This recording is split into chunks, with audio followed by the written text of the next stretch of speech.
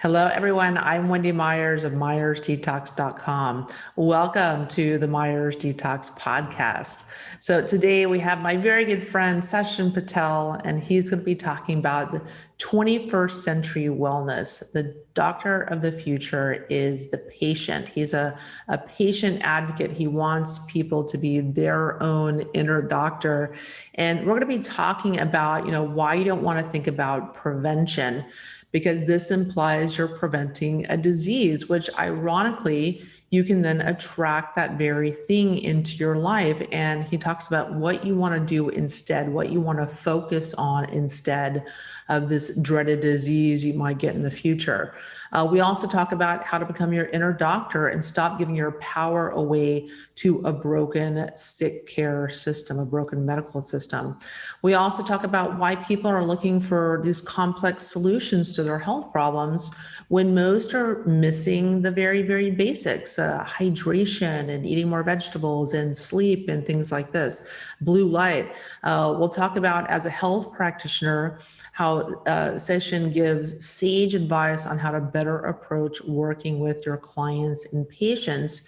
And he's doing this through his new event. It's called Perfect Practice Live. So you can go to perfectpracticelive.com and check that out. So really, really good show today. Sachin is he's such a wealth of information. I've been following him for a few years, and I absolutely love his messaging. And I know you're going to love this show today. I know you guys listening to this show are concerned about detoxification and how to detox and what your body burden of toxins is. So I created a quiz called heavymetalsquiz.com. You can go there. It takes a couple of minutes to take the quiz, and you get your results, like your relative body burden of toxins. And then after you get your results, you get a free video series that answers all of your most frequently asked questions about detoxification. So go take it really quick at heavymetalsquiz.com. And if you guys like the show today, you like what you hear, please click that like button below. Please click the subscribe button and the notifications button so that you get my videos every single time that I publish a new one. I publish 2 or 3 a week, and I want you to get them as soon as they come out. So hit that subscribe button and please like the video too. Our guest today is Sachin Patel, is a father, husband, philanthropist, and functional medicine practice success coach, speaker, author, and plant medicine advocate. Sachin is convinced that the doctor of the future is the patient, and he has committed himself to helping others raise their consciousness, activate their inner doctor, and initiate their deepest healing through the use of lifestyle, breath work, and respectful use of psilocybin. Sachin founded the Living Proof Institute, through which he pioneered a revolutionary approach to patient-centered healthcare, and he coaches hundreds of practitioners around the world so that they're empowered to deliver affordable and inspired care to their communities through his Perfect Practice mentorship program. He's an advocate of transforming the healthcare paradigm, and he's devoted his life to the betterment of healthcare for both patients and practitioners.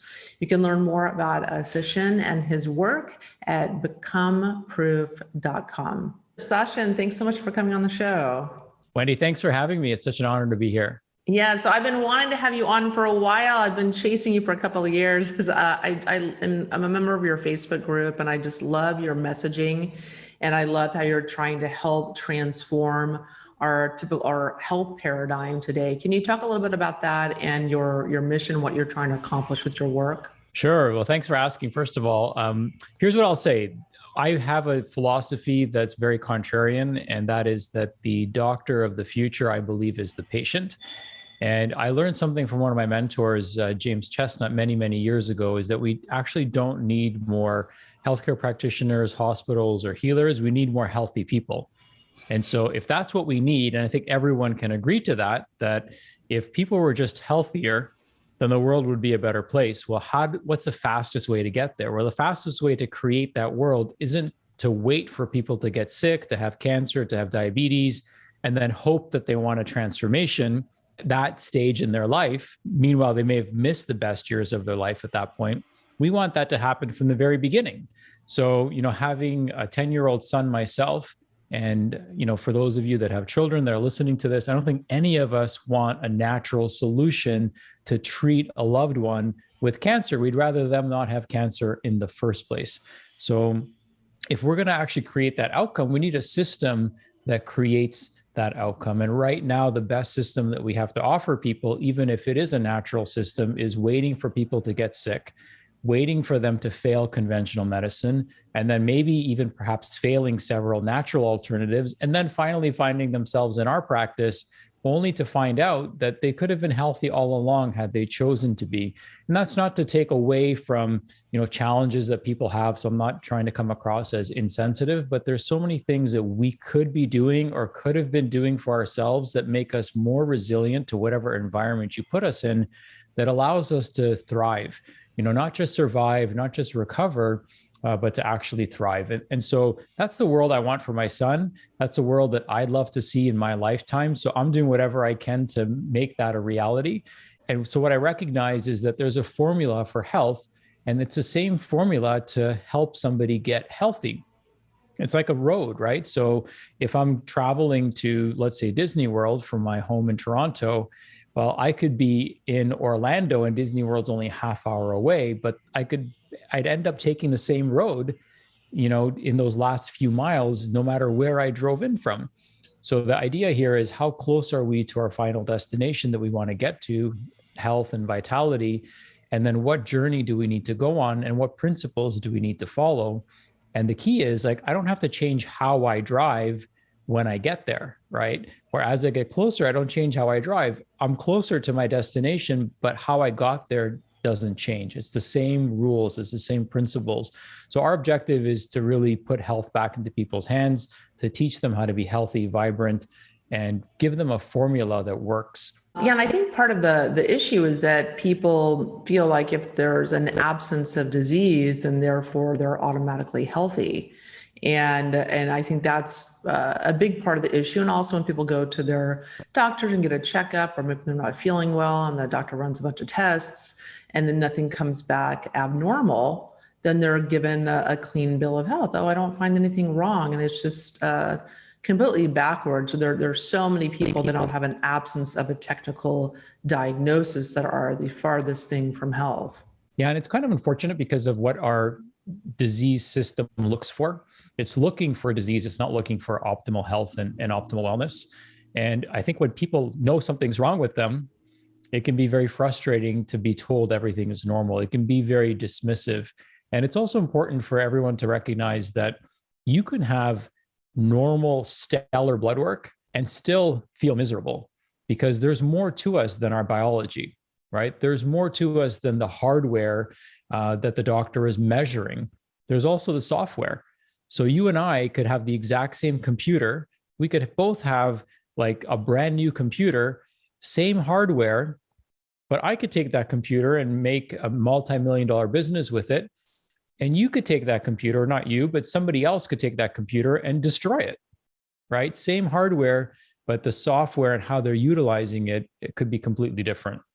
So we also have to understand that when the doctor is telling us that there's nothing wrong with us, that doesn't mean there's nothing wrong with how we're using our bodies. It just means that there's nothing biologically wrong with us.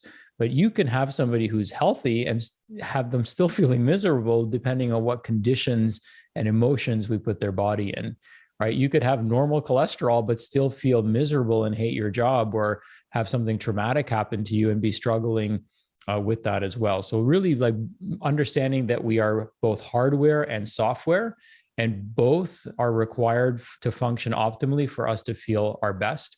Once we start to realize that, then we'll start to realize how much we're leaving on the table for people. Now, many people's health challenges that they're struggling with are not because their biology is breaking down, but it's because the messaging that they're sending to their biology is not congruent with what their goals are. So let's use a car as a simple analogy. You could have the exact same car, but if the driver is not a good driver, doesn't follow the rules, I mean, they're more likely to get a speeding ticket, get into a car accident, injure themselves or injure somebody else. But you could have somebody else who has the exact same car, exact same condition, who's a safe driver, who follows the rules.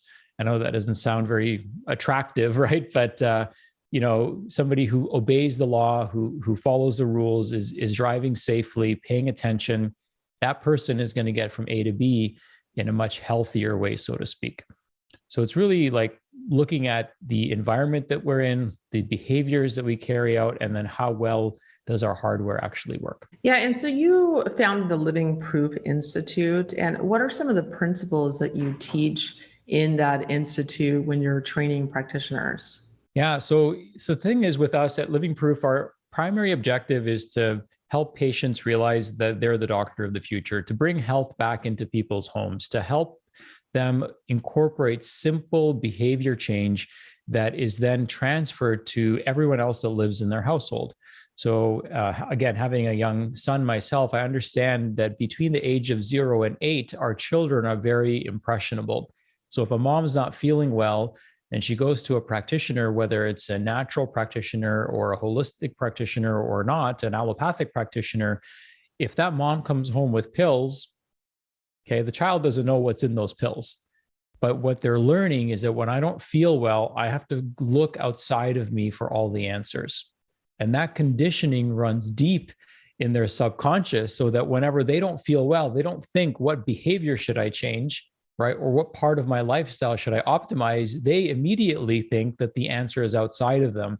And that's one of the worst things that we could pass on to our children, is making them think that the answers for their health are all outside of them. Some answers are outside of us, but it really truly starts with what's inside of us, right? And that's where we need to go first for all the other things to work even more impactfully and effectively. So our objective is to create an affordable solution for our patients that teaches them skills that they develop over years and years and years and get better and better and better. And that increases the value of their program.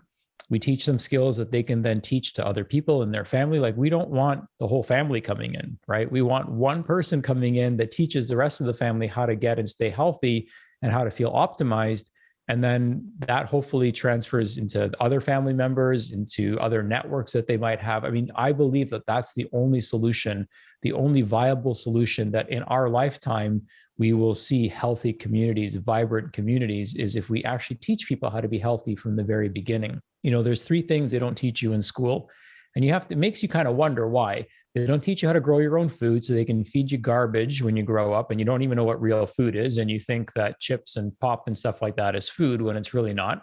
The other thing they don't teach you about is money, right? So if we can keep people broke, if we can keep them in debt and keep them stressed out, then that's obviously not a good situation for them, but it's very lucrative for our economy. And the third thing they don't teach you is anything meaningful about health. So you kind of scratch your head and you're like, why don't they teach us any of this? And then you look at the economy and you realize that these are the most profitable systems and industries and businesses in our economy. And it relies on people not knowing this information. It relies on people being willing to put garbage in their body and thinking it's food. It relies on people not knowing how to take care of their health and delegating it to somebody else who didn't learn about health, who learned everything there is to learn about disease. Right. And that's the thing. If you don't have a disease that the doctor can recognize or identify, then in their paradigm, there's nothing wrong with you. Right. How is that possible? If you order all the wrong tests and you ask all the wrong questions, of course, you're going to get the answers don't even matter because you're asking the wrong questions. Right. If you're asking what disease does this person have, then you're going to look for disease. But if you're asking what dysfunction does this person have, or what opportunities does this person have to improve or optimize their health, that's a different set of questions. It's a different answer that you're going to seek and a different answer that you're going to accept, right? So people want to know what's wrong with them. Well, how about we first figure out what are they doing that's right, and how do we lean into those things? And then how do we create behavior change? Because ultimately, and I know you're a coach as well, and I became an FDN fairly recently because I believe coaching is really the future. Behavior changes require a coach. Most chronic illnesses are caused by behavior that can be modified, and diseases are then caused by poor behavior choices over a period of time. So medical conditions need a medical doctor. Behavior change requires coaching and accountability. And that's what we try to do is how do we teach people simple, practical, sustainable steps that are transferable skills that they develop over many weeks, days, months, years, and how do they teach that then to their family? And I can see it in my head right now as clear as day. That's the only way we can actually create healthy communities and a healthy planet. And if that's what we all want, then that's what I believe we all need to get behind. And then I teach this to other practitioners. So that's where perfect practice comes in, where, we're teaching these, we're taking ancient wisdom and irrefutable practices and synergizing them together. So we kind of think of our patients like a diamond. And so when people go see a healthcare practitioner, a lot of times the focus might be on one facet of the diamond, which is diet, right? So I think of diet like the table of a diamond. It's the widest facet of a diamond. And yes, that's going to create a lot of brilliance if we polish it, but the true brilliance is going to come when we start polishing the other facets of the diamond. So that could be things like sleep. That could be things like connecting with nature. It could be our breath, right? The tone of our parasympathetic and sympathetic nervous system, our autonomic function. It could be, not just what we eat, but how we eat and how we digest our food. So these are like very key principles that nobody's really taught us, right? So what we realized is that many people would come to us having spent thousands of dollars and still willing to spend thousands of dollars, but putting all their faith in what I believe were the wrong solutions, putting all their faith outside of them first instead of inside of them first. And again, it's going to be an inside-outside effect, but we always start with the inside. What can we do internally to start feeling amazing? And then what I also realized is that functional medicine, the way it's currently practiced, is very difficult to scale. So it's almost impossible to scale because the busier you get, the more complex your cases tend to get. Each patient is bio-individualized. That creates complexity. They're on unique protocols. That creates complexity. And not to say that there isn't a time and place for that. We still do that. We've done that for many years. But 80 to 85% of people aren't doing the basics, right? So when I get a text or an email from somebody at 2:30 in the morning asking me why they're not feeling better, well, you're up at 2:30 in the morning. Like you have a circadian mismatch. Of course, you're not going to feel good. And this is the case over and over and over again with people. When we were doing live in-person trainings, we would look at the time that people would be registering for the event. And they'd be on Facebook at 2:30 in the morning registering for the event, right? And I'm just like, okay, I'm glad you're joining us, but this is probably why you're not feeling well, right? Because you have a mismatch in your biology and we can't negotiate with nature. And that's what we've tried to do. So we're teaching practitioners how to incorporate foolproof systems biology approaches to getting their clients healthy and creating an internal environment of resilience, tonifying their central nervous system, getting their autonomics in a more parasympathetic dominant state, increasing blood flow to their trunk organs. As you know, that's super important. This might be interesting to you, Wendy. When we're in a state of fight or flight, only 5% of our blood goes to our liver and kidneys. When we're in a parasympathetic state, a relaxed state, a regenerative state, 50% of our blood goes to our liver and kidneys. So I could give somebody the best supplements and support on the planet, but if they're sympathetic dominant, it's like putting fertilizer, it's giving the nutrients to the grass, but I'm not watering the grass, so the nutrients aren't going to be able to do their job as effectively. So we shift people, and that's the $1 trillion secret. We shift their sympathetic overdrive into being parasympathetically balanced. And what that does is it activates their own internal healing system. And what's beautiful about that approach is that you don't just heal one system, you heal them all, right? So our current, kind of allopathic paradigm, unfortunately, is willing to make one number or two numbers on a piece of paper look better at the expense of destroying other systems in your body, right? Like I'm trading cholesterol for my liver. Like, how does that make sense? Right? I'm trading an organ for a number on a piece of paper. And I'm destroying that entire organ. It's crazy. Yeah. I mean, I know my own father, his health was completely destroyed, taking statins, completely destroyed, and took it for 10 years, developed diabetes, which is a very common side effect, developed then from diabetes, cancer, and then died from his cancer treatments. And this is a very, very, very common story. And people don't realize the dangers of a lot of these medications. Yeah, but it's accepted. You know what I mean? It's just like the status quo, and it is the way it is. But we just have to change the way people think. And I say just as if it's easy to do. People have to remember, right? Like companies spend billions upon billions of dollars trying to get up here, right? The most valuable thing isn't your body. The most valuable thing is your mind, because your mind controls your body, it controls your behaviors, controls your actions. So if somebody can convince you from a very young age that you're broken, that there's something wrong with you, and that the answers are not inside of you, that the answers are all outside of you, you'll never even look inside. So when we work with clients, like we're not trying to sell them on us, we're trying to sell them on themselves. And if we can sell you on you, and you trust that your body is built in the image of perfection or is the highest level of cosmic intelligence known to humanity, then let's lean into that. Let's use that billion-dollar body so it can heal itself like it knows how to. You know, it's so interesting because we have to be careful what and who we put our trust into. So I would rather put my trust into a body that has built me from scratch and continues to rebuild me from scratch than a system that can't even build one cell in my body. With all the technology, with all the information, with all the artificial intelligence, we as humans can't even make one cell in our body. So I would never put my faith in that system. I'm going to put my faith in a system that is building billions of cells for me right now. And if I can send those cells the right message, just like if I can drive my car in a way that abides by the rules, then I can heal my body, not just one part of my body, but every part of my body simultaneously. So who doesn't want that, right? The worst thing I can do for somebody is heal one part of them. The best thing I can do is show them a framework that heals every part of them, every cell simultaneously. And isn't that what everyone wants, right? So that answer already exists. It's inside of us. It's not going to be created outside of us ever. It never will be. You know, if you look at research, here's what's really fascinating. If you look at research, if you just go to PubMed and look at the number of studies that are being published every year, the number is exponential, right? And like every 6 months and then 3 months and then every month, our knowledge, quote unquote, our knowledge doubles. But what is research? Research is us looking for answers, which means we actually have more questions, which actually means we know less and less. So if we try to match the body's complexity, you know, Bruce Lipton calls this the cosmic joke. The universe is kind of laughing back at us, right? They're like, dude, you're never going to figure this out. It doesn't matter if you create artificial intelligence, this or that.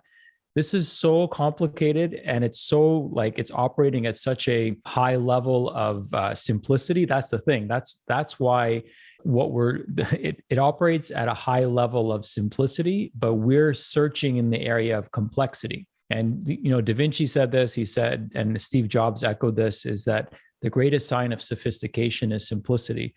And there's nothing more sophisticated than our body, which means there should be nothing more simple to take care of. You know, think about your computer. You don't have to know every single nuance of what makes your computer work to be able to type an email to somebody, right? If you did, you would never be able to do that. So what makes your computer so cool is how simple it is to use, not how complex it is to use. The complexity is handled by the software. The complexity is handled by the sophistication that's built into the system. Yeah, and I like what you said earlier when you said they're looking for these complex, you know, solutions to their health issues. It must be this crazy diagnosis, or it must be this complex protocol, or just this supplement or medication I just haven't found yet. And people, they miss the basics. They miss hydration and sleep and minerals and de-stressing, emotional trauma, these very basic foundational things, and just eating more vegetables and things like that. And can you talk a little bit more about that and what, because I find this also, because people come to me, they want to detox mercury and all these different toxins, but I'm like, no, we gotta, you know, go back up a little bit. We got to do these basic things. And then when you're hitting on all points there, then we're ready to start working on these other, you know, more complex, higher level things. Exactly. So that's a great question. So if we look at a upstream solution, the further upstream we go, the simpler the solution is going to be. Okay. So if you have a river, when that river starts fanning out, right, that's like a measure of complexity. So imagine a river fanning out, and that river is polluted. we'd want to go as upstream as possible to find out where that source of pollution is, instead of trying to figure it out after it's fanned out, because then it's very complicated, right? Then you've got so much more work to do. But if we can walk upstream, figure out where that source of contamination is, whether it's sleep, whether it's toxic light. I mean, now with people on their computers more than ever before, I mean, I'm guilty of this. So now we actually have a lights out policy. So when the sun goes down, all the lights in our house turn off, because that's going to help me increase melatonin. It's going to lower my cortisol levels. It's going to help me get into more deep, restful sleep. It's going to reduce my risk of cancer and all kinds of other things. And so we go back to the basics, right? What can we do to align our biology with our environment? Because when we do that, we automatically start moving in the direction of health. I mean, that's the default setting. The default direction that we move in is health. But we are unknowingly, unconsciously working against ourselves. So a couple big things for us. One is sleep. So if you're not sleeping well, then that's going to be a challenge, because that's when you're most parasympathetic. That's when your body does its deepest healing. And we want you to be able to get a good night's rest and feel energized in the morning. Some people will say, well, I sleep great. So my second question is, how do you feel in the morning? And they say, oh, I feel tired in the morning. Well, you don't sleep great then, right? So we measure sleep not just by how many times you wake up in the middle of the night, but actually how you feel. What's the end result of your sleep? And that's how you feel first thing in the morning. Remember, when your eyes eat light, so all the information that's coming in from your environment, your eyes are eating it. So I look at it like junk light, just like I would look at it as junk food. So many people might be eating a clean, healthy diet. So they're feeding their digestive system healthy, but what information are you feeding into your eyes? What information is going into your ears? Because your ears eat information too, right? So the music you listen to, is it relaxing? Is it stimulating? That makes a difference on your nervous system. The color temperature of the bulb. So a simple thing that's really fascinating, I find, is that when light sources are coming from overhead, it's actually stimulating your brain to think it's daylight, because in nature, the only time that the source of lighting would be coming from above is during the day, right? Particularly in the middle of the day. And then in the evening, after the sun goes down, the only sources of light would be fire, and fire would be coming from below. So it hits the top of our retina, and that stimulates our brain in a unique way, because it tells us, hey, it's time for us to relax. It's time for us to calm down. And the temperature of the light source changes as well. So during the day, it's full spectrum lighting, but if we're burning a fire, that's going to be right around 800 kelvins. So it's going to be a much more red color. So the fire starts off yellow, then orange, and then the embers burn red. And that signals to our brain that it's time to wind down. A fire or candlelight only decreases melatonin 2 to 5%. Same with moonlight. Artificial light decreases melatonin by 40%. So just simple things like that make such a profound difference, right? And we have all of our patients get Oura rings. So we actually track their progress. So we can actually show them, hey, when you change this behavior, here's what happens. So we want to, just like we want to stop eating a couple hours before bedtime, ideally you'd want to stop exposing your eyes and really your body to light a few hours before bedtime. So meet yourself where you're at. But if you want to see massive shifts, then there's 3 things that we can do. So kids do this all the time when they don't feel well and they want to heal fast. They sleep. That's the first thing they do. Second thing is they shut up. They stop talking, right? They don't tell everyone how sick they are. They just say, leave me alone. And I would equate that to meditation, right? And the third thing they do is they stop eating, because now the body, instead of focusing on digesting and detoxing and processing all that new food, all that new information that's coming in, it can focus on healing and repair and regeneration, because digestion is a very metabolically expensive process. So if we can get people to eat less frequently through intermittent fasting, or maybe a 24-hour fast periodically, if we can get people to focus on sleep, that makes a huge difference. And if we can get people to start going inwards and meditating, I think of meditation and breath work as flossing for your mind. So just like we would floss our teeth every day, we should floss our mind every day as well, and kind of remove some of that debris that cakes up, some of that emotion, that trauma that cakes up.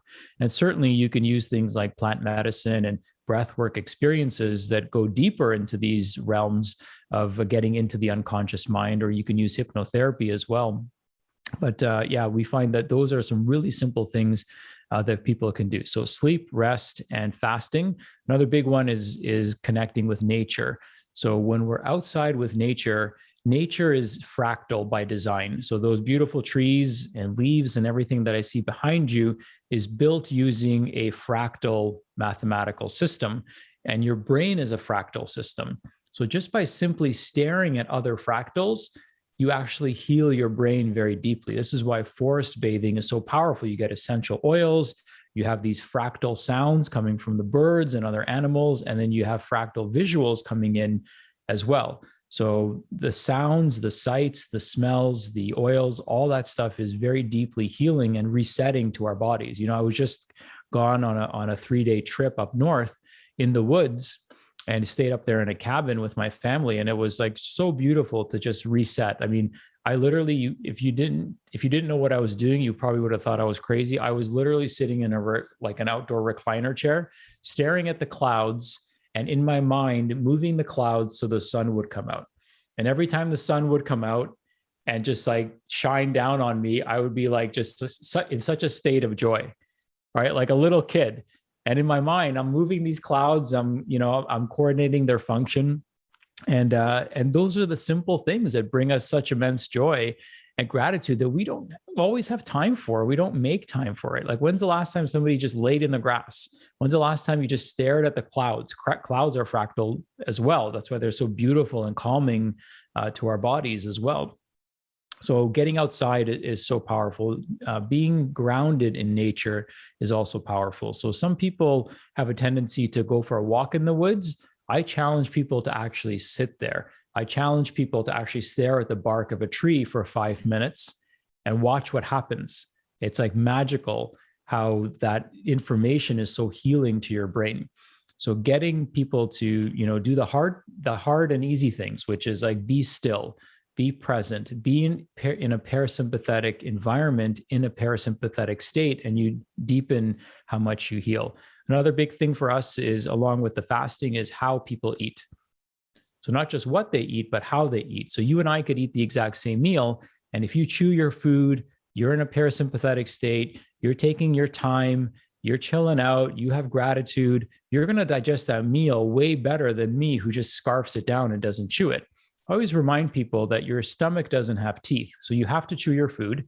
And if you're eating plant foods, which I hope everyone is, then the plant wall, the cell wall, is made out of cellulose. And we don't have the ability we don't have the enzyme cellulase to actually break through the cell wall. So that's why our teeth are so important, because they break open that cell wall to actually extract the vital nutrients, phytonutrients, minerals, and everything, all the goodness that's in there requires us to actually chew our food. So for example, if you were to swallow a salad, you would poop out a salad the next day, right? And you got zero nutrition out of that food. So from a very young age, I would condition my son not to flush the toilet. He doesn't let me do it now, but I would tell him not to flush the toilet, that I would come and I would take a look at his poop, and then we would assess how well he's chewing his food. So we'd see like chunks of organic carrots in there. We'd see organic peas in there, little pieces of broccoli. I'm like, dude, like, we're buying you this healthy, not expensive, but we're buying you this healthy food, and we're paying a premium for it because it's organic, but you're not even chewing it. So you're not even getting the full benefits from it. So getting, us as adults, being really focused on how well we chew our food sounds so simple, but it's so powerful. And that's another thing that we teach our clients too, is just understand how your body works and work it, instead of assuming it's broken and then looking outside of you for the answers. I'm sure your son's never going to forget that lesson. He's going to be chewing his food for the rest of his life. Yeah, and it was lovely. My dad taught me a lot about health also. I mean, he was just obsessed with reading about health and learning about it, and really sparked my passion for it. And, but it's one of those things is, prevention, or someone told me this, like, prevention isn't sexy. Like, there's a lot of people out there that aren't looking at prevention. They're not looking they're kind of like, if it ain't broke, don't fix it. How do you teach the practitioners and people, like, to reach people and get that messaging out there that they want to start doing something now before they get a diagnosis? Yeah. My friend Kresimir Jug, said this. I don't even know if he knows how much of an impact he's had by saying this. And he said that you don't get married to prevent a divorce. You don't open a business and operate it with the mindset of I'm trying to prevent going bankrupt. Right? You'll never create anything that way. So I actually don't like the word prevention, because prevention implies that it's inevitable, that it's going to happen, right? And prevention is not a systems biology approach, because if you were to say, hey, I'm eating a diet to prevent cancer, well, then does that diet cause diabetes? Does that diet cause heart disease? Does that diet cause other things? Or does it prevent all those things as well? Right? So what I encourage people to do is change the words, like change their framework, and start thinking about, what am I trying to create? And use your actions, use your food, use your thoughts as a creative tool, right? That's what separates us from all the other animals and bugs and insects and all the other intelligent life forms on this planet, is that we actually have the ability to not just be consumers, we actually have the ability, the unique ability to be creators. So if you want to be an animal, right, and operate out of your reptilian brain and not use this amazing tool, the highest form of intelligence in the entire cosmos, you don't want to use this, then that's up to you, right? It's the primitive brain that lives in a preventive state, that prevents, avoids pain, right? That avoids those type of things. That's like our animal brain that does that. The part of your brain that makes you human is the part of your brain that allows you to create a beautiful future for yourself. So to be human is to actually create something, not to live in a state of prevention. That's the animal part of us. So it's really up to us, right? And so when we're operating a business, like, I'm not saying, well, man, I hope I break even on this, right? You're saying, man, I hope we do something amazing with this, and I hope we crush this. And listen, I have one shot in this body, at least that I know of. So I'm just going to make it count. And, we tell people to look at their health like the ceiling and the foundation. So it's the foundation for everything, because when you have health, that allows you to go on trips, it allows you to run a business, allows you to serve others, your family, but it's also the ceiling, right? So if your health is a 6 out of 10, you're never going to run an 8 out of 10 business. You're never going to be a 9 out of 10 dad or mom. Like, your ceiling is a 6. So you're a 6 or less in everything that you do. So the simple analogy that I give people is, think of your health like the trunk of a tree, right? And if we look at a tree again is fractal in nature. It has this branching architecture, and nature is such a great teacher for all of us. But if you look at a tree, you'll notice one thing. And when I point it out, it's like, yeah, of course, the branches on a tree are always smaller than the trunk, right? So what would happen if one day the tree said, I want to grow this branch, this business, or this part of me bigger than my trunk? It's not going to happen. The tree's going to split in half and the tree's going to die. And that's what happens, right? People try to grow their business, try bigger than they're willing to grow themselves. They want to be a better parent than they are healthy. And it's impossible to do that. So if you want to grow all the branches in your life, it's easy. Grow yourself, grow the trunk, and automatically all the branches will grow, but they will grow in proportion to how much you're willing to grow yourself. So it really starts with a shift. It starts with looking at this through a new lens, through a new paradigm, being human. What does it mean to be human? What it means to be human is to be a creator, not a consumer. And so what is the future that you're creating? Because you're the only species on the entire planet, in the entire known cosmos, that has that capability. So you can choose. You can actually, and guess what? You can actually choose if you want to do that or not. So if the choice is, hey, I want to be the best version of me, then here's a formula for that.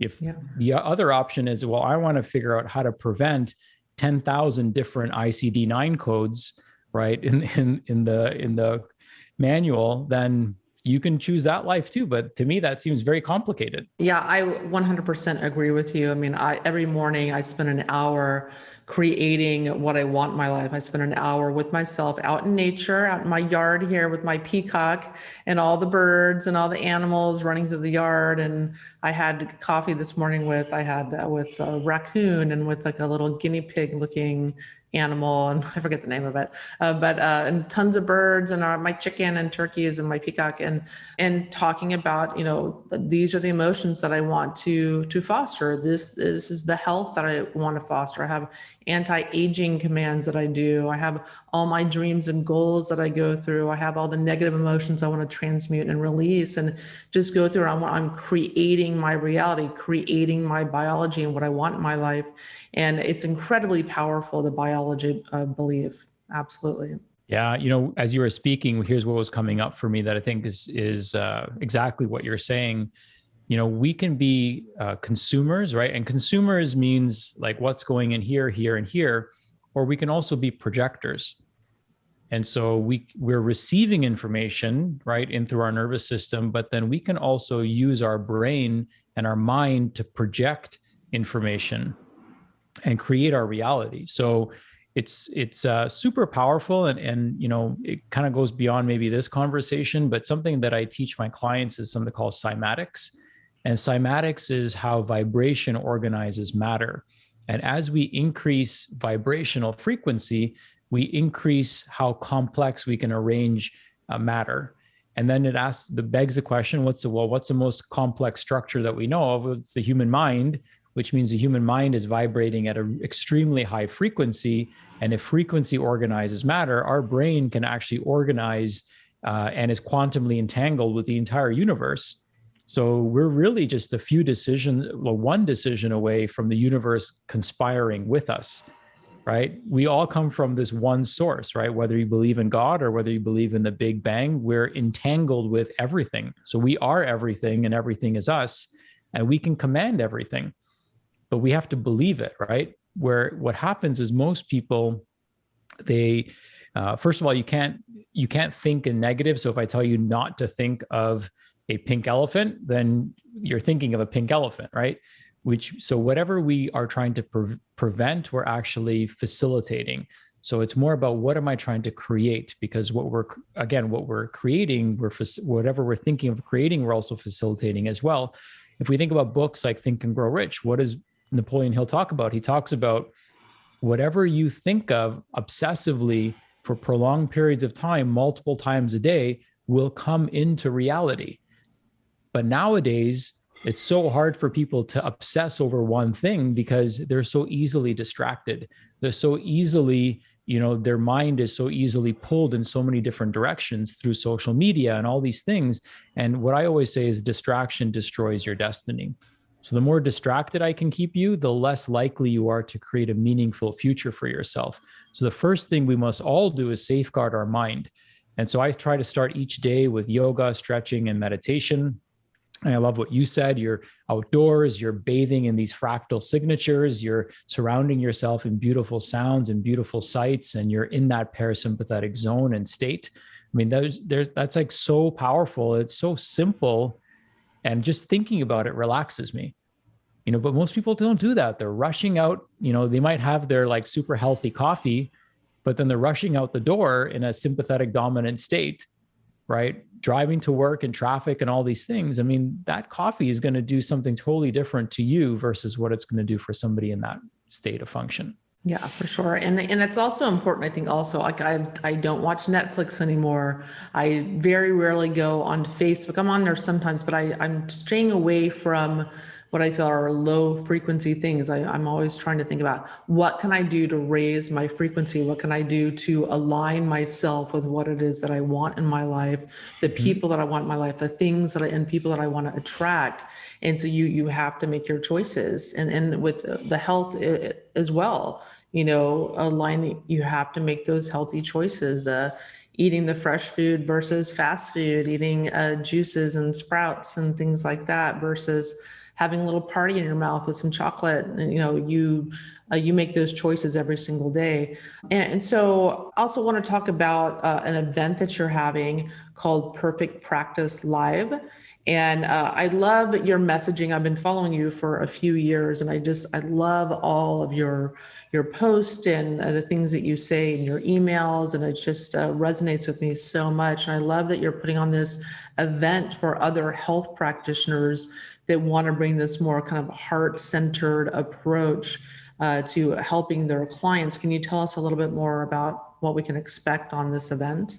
Yes, thank you for asking. I appreciate it. So this event is specifically for functional medicine practitioners and coaches and people who also want to get into this space, because I believe that there's never been a better time to be in the wellness industry. And I feel that opportunities are going to be more and more over a period of time. And we're only just scratching the surface at this point in terms of what's required of us to turn this ship around.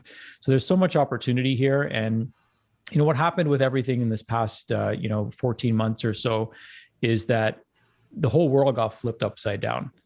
And in fact, what we realized is that with all the technology we have, we still didn't have a solution for this. And we still don't have a solution for this, arguably, right?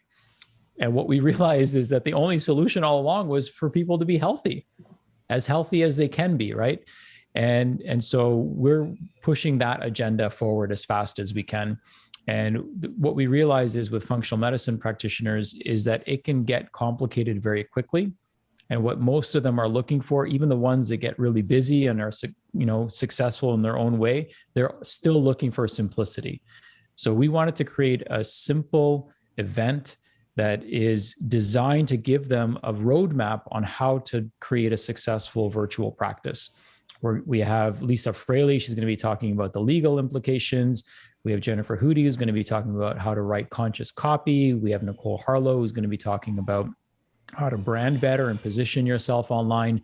I'm going to be talking about a whole bunch of different things. I'll let people come to the event and hear what I have to say. But one of the things I'm going to be sharing is how we're getting, at this day and age, how we're getting leads at such an effective rate. And we're getting people to take action because they're so inspired to do something with regards to their health. I have Dan Cashel, who's one of my personal mentors and consultants. He's going to come in and show us multi-million-dollar frameworks to grow your business. So my mentors that I've hired over the years are going to be joining us and sharing all this information openly and freely with everyone, because that's how committed we are to getting this information out there without any barriers. And we want to include everyone on this path, because the faster people can get these systems up and running, the faster people can get their questions answered, the faster we can, bring into reality the world that I know you want, the world that I want, the world I know my wife wants, and many of you listening to this want, which is where we're healthy, we're happy, we're vibrant, and we have the tools and the skills in order to be able to do that. So we provide simple strategies that work because we have a practice. We're battle testing everything before we share it. We're going to be sharing what's working for us, what's working for other people. Some of my mentees are going to be there. And we have beautiful sponsors like Harmony who are going to be there as well, helping our practitioners stay healthy. We're spending more time in front of a computer. I've got my pendant on. And, it's important for us to keep healthy as well. So we've got speakers who are going to be sharing how we can transform our own health, because again, it starts with us thickening that trunk, right? Becoming as healthy as we can be in order for us to fully express ourselves. So it's going to be a fun event. We're actually on Thursday night, we're trying to break the Guinness Book World Record for most healthcare practitioners doing breath work together. Yeah. So we're going to start off the event with a powerful intention and meditation, and go into the weekend with just like love and positivity and nurturing practitioners so they can make the impact that they need to make right now. And the stage has been set, right? So everyone's going online. Your patients they're receptive of working with you online. Maybe a year and a half ago, they wouldn't have been, but now that's what they want. And the technology and tools and everything have already been built. So let us teach you how to use those things and then connect you with people who are helping us do it as well. Yeah. And I think this whole worldwide phenomena that happened the last 14 months opened people's eyes even more so to the weaknesses in the system, and people are seeking answers in alternate places, which I think is a beautiful, beautiful thing. So where can we join your event? What is the website? Well, you can go to perfectpracticelive.com. And you can register there, and certainly you can share your link, Wendy, so that people can join. And we'd love to welcome all of those that are looking to make the impact and difference that the world needs right now. And we're really, it's a rally cry to practitioners because we want them to be successful. They need to be successful. And, this is a very narrow sliver in time where we can do this. And I want to do whatever it takes to make sure that happens. So thank you for allowing me to speak about the event. Yes. Yeah. And you have a book called Perfect Practice also, correct? Yes. A podcast and a book. Okay, fantastic. Yeah. So you guys go listen to the podcast. It's, Sachin's fantastic. He's, like I said, he's such a good speaker. You listen to him on the show today. I highly recommend going and checking out that podcast, check out his book. And if you're a practitioner or wanting to be one, definitely highly recommend his event, perfectpracticelive.com. So thanks for coming on the show. And everyone, thanks so much for tuning in every week to the Myers Detox podcast. It's such a pleasure to be able to sit with you guys every week and be able to share cutting edge tools and tips to help, give you better health and give the gift to yourself of better health. So thanks for joining me every week and listening to what I have to say. I so appreciate it. So thanks for tuning in, and I will speak to you guys next week. The Myers Detox podcast is created and hosted by Wendy Myers. This podcast is for information purposes only. Statements and views expressed on this podcast are not medical advice. This podcast, including Wendy Myers and the producers, disclaim responsibility for any possible adverse effects from the use of information contained herein. Opinions of guests are their own, and this podcast does not endorse or accept responsibility for statements made by guests. This podcast does not make any representations or warranties about guests' qualifications or credibility. Individuals on this podcast may have direct or indirect financial interest in products or services referred to herein. If you think you have a medical problem, consult a licensed physician.